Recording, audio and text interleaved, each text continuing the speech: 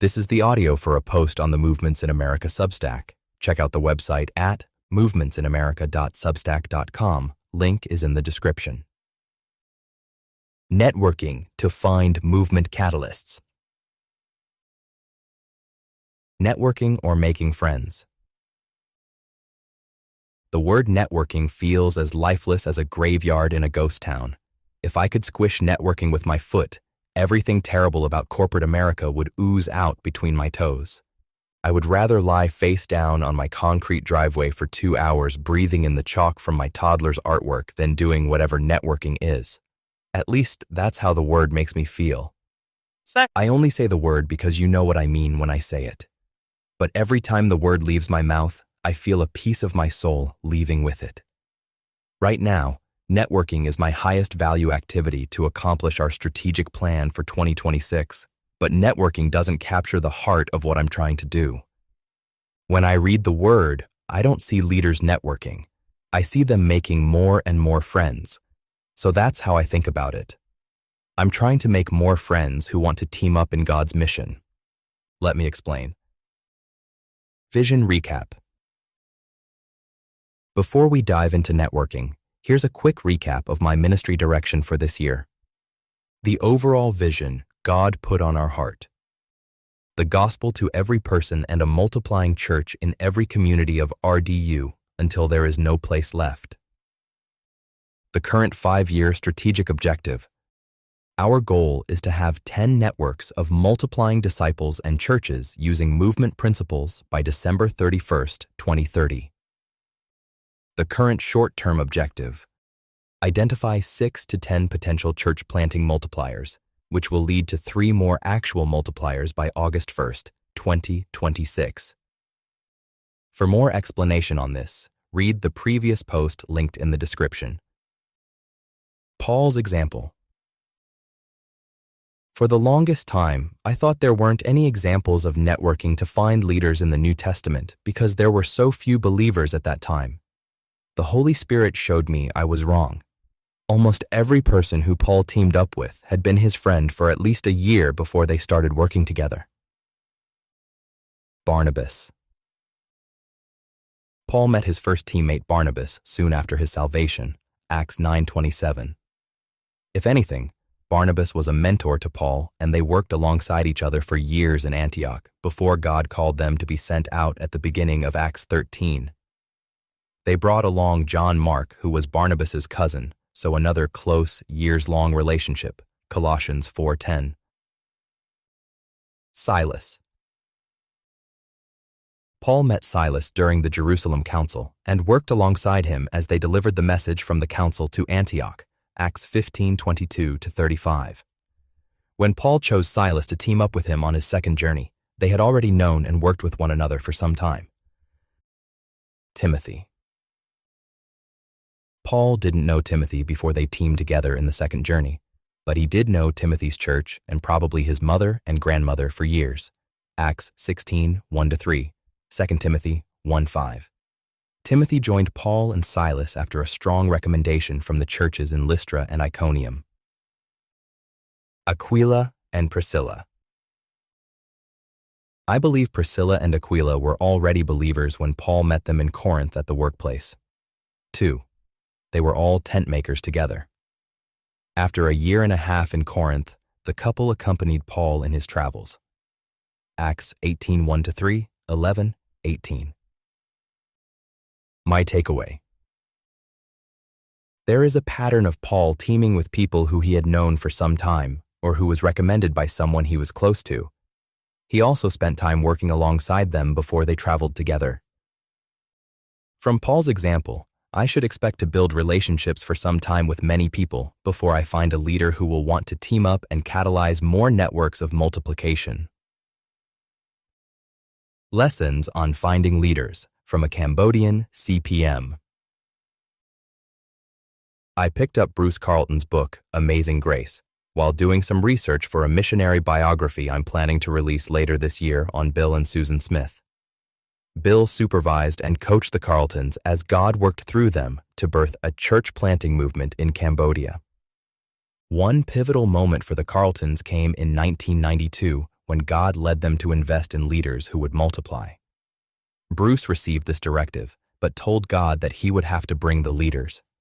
Bruce wouldn't go find them. To his amazement, the first leader came to Bruce a few months later, Rith. Rith and Bruce had known each other for a couple of years and had built a relationship like Paul had with people in Acts. At this crucial moment, Rith told Bruce that he felt led by God to be trained by Bruce. This captures the heart of what I've learned about networking to find catalytic leaders. It's less about me finding them and more about them finding me. God has to bring the leaders. This is why I think it's so important to build relationships for a while. There needs to be good trust before another leader would agree to team up. The last 3 months, I have been shocked. I doubted that God would bring 6 to 10 potential network catalysts this year. But yet again, He has proved my doubts wrong. The Holy Spirit has introduced me to 7 potential catalysts, and April is not even done yet. Most of them came through long-standing relationships, like Paul, and they found me. I didn't look for them, like Bruce. Here's a quick rundown of these families. 4 have already started a church in their home. 1 has started a hybrid church, trying to have a simple Sunday gathering and focus on multiplying from the home. 2 plan to start a church soon. I've gone out evangelizing with 2. Only 1 was a cold call reach out from me. All have said that they want to multiply using movement principles. Here's a snapshot of how I met one of these people. The German at the library. As I was posting about the Western Europe church planting movement last month, I ran into someone from this movement in my own city. It was an act of providence. I was catching up with a friend at the library of a local seminary. He works behind the desk and has a big heart for evangelism. He was asking me about my church, then pointed to his coworker next to him and said, "This guy has a church in his home too." I thought he was joking, so I tried to humor my friend and asked the man about it. I realized it was serious.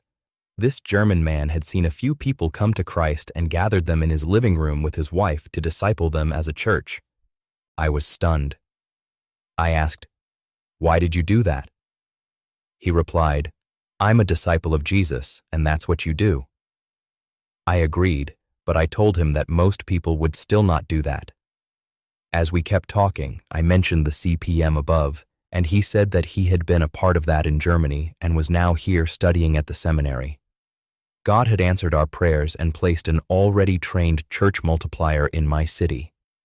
He gave me a sly look out of the side of his eye and said that we had actually met a few years earlier. My eyes grew wide because I couldn't remember him at all. He told me that he had come over to my house for a meeting. Now I was downright embarrassed. I vaguely remembered the meeting he was talking about, but still didn't remember him. He had enough grace to not shame me too much more than this, and even though I didn't remember him, he remembered me, and that meant we had already known each other for over a year. We planned to meet for lunch a couple of weeks later. He shared the celebrations and struggles with his church and welcomed me to visit sometime.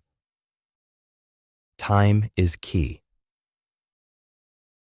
The only reason the German was so open was because of time. That's what I believe. If we had not met a year and a half earlier, I don't think there would have been as much trust. It didn't matter that we hadn't talked between then and now. One of the couples that invited me out evangelizing was in the same place. I met them one time, 2 years earlier. They remembered me. It's hard to forget the guy who walks around your apartment complex barefoot, and immediately invited me outreaching. I've met with people many times over the course of a few months and have not had this level of openness. It's like I always need a few years of connecting and communicating with someone before getting to collaborating. When I was in Houston, my team would try to network with ministry leaders and set up trainings in the first or second meeting. We did this for 3.5 years, and it led to only a few one-time event trainings. More often, we didn't even get that far. Even though my team had high-level leaders with magnetic personalities, we still only got long-term ministry partnerships via references from other close, trusted friends. I can't get around the conclusion that time is essential to get to collaboration in ministry. Conclusion: The top 3 lessons in making friends and avoiding networking. 1. Focus on building relationships and not pushing for collaborating right away. 2. Be findable so the right leaders can reach out to you. 3. While doing 1 and 2, pray that God would send the right people. I will keep connecting and communicating with each of these 7 friends and prayerfully discern how God might want us to collaborate. My desire is for each of them to succeed in the vision that God has placed on their hearts. If they do this, then I'll be closer to accomplishing my vision as well. In the meantime, I'll avoid networking and instead focus on making friends until there is no place left. I'm doing everything I can to be findable, so when the right leader comes along, they can reach out to me. I daily repeat the prayer that Bruce prayed, God, you need to bring the leaders to me. Thanks for listening. Be sure to pick up my book, Movements in America, on Amazon and Audible if you want to learn more about how God is multiplying disciples in churches around the United States. The link is in the description. Subscribe to this podcast and my Substack to stay up to date with my latest posts. One of the best ways to support this work is by leaving a 5-star review of this podcast. Thank you for the help.